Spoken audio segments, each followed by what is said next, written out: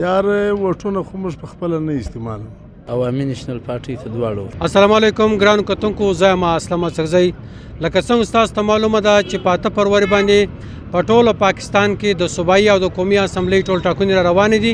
په دې هکله باندې موږ د پاکستان د بلوچستان د سرحدي ښار چمن هم وزټ کړی دی او په دې کې د خلکو څخه پوښتنه مې کوو چې په صوبایي اسمبلی کې ووټ چاته ورکوي او په قومي اسمبلی کې چاته ورکوي، او که څوک ووټ نه ورکوي د هغه وجه څه ده.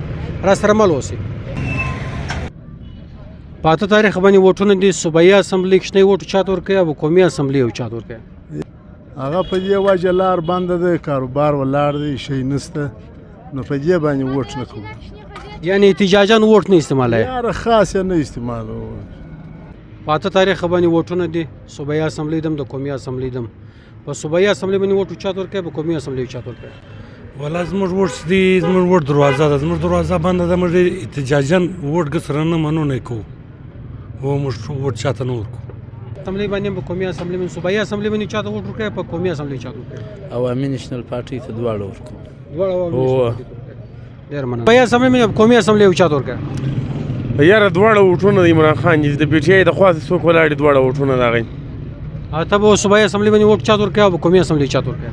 دا خو د چمن ښار دی. انشاءالله عمران خان په انسانانو کې د شعور راوستی چې د عمران خان د پارټۍ څخه دغه د بجلي کمبه ولاړې، لا به زموږ ووټ انشاءالله کشنی و غټ ګړه د عمران خان.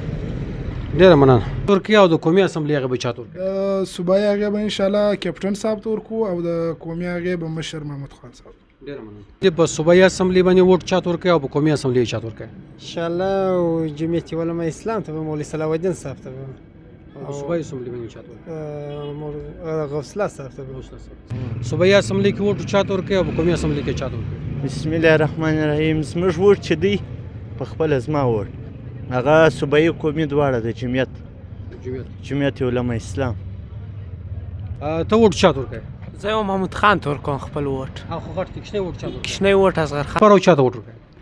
ستا یو جان مننه اسلم صاحب کور ودان چې موږ راوګرځېدلې. زموږ خو اوله دا رایه ده د دې وارې چې هېڅ چاته ووټ زه نه کوم. زما ګرد خاندان چاته ووټ نه ورکوي. ولې دی یو پر موږ باندې دا دی باډر باندې 4 میاشتې پرس ولې غنخواره مې نشته. دا خلک موږ ټوله راوستل ازماوې مې کړله. دا نه مطلب چې ته مطلب ما ته ډانګه راکړه یا برمه راکړه یا مطلب یو نالۍ جوړه کړه. زما نور مسایل شته په ښار کې، نور شیان مې ستا په علاقه کې، نو ته دی راوبله په دې علاقه کې ته اوس پسې ولاړ شه. ډېر غریبان خلک ستا د ماښام په ډوډۍ باندې قدرت ولاکه لري. نو دا ووټ زه به چاته ورکړم؟ ما له دونه سړی ولاکه راغلی دي وروره ستې چیش مانده دي چیش در سره وکړو.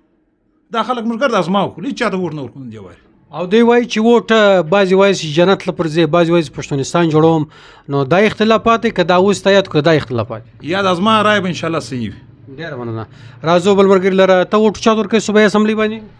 ووټ ته خو نو اوس مجبور یې، بل علاج نشته، ووټ به خامخا ورکوو.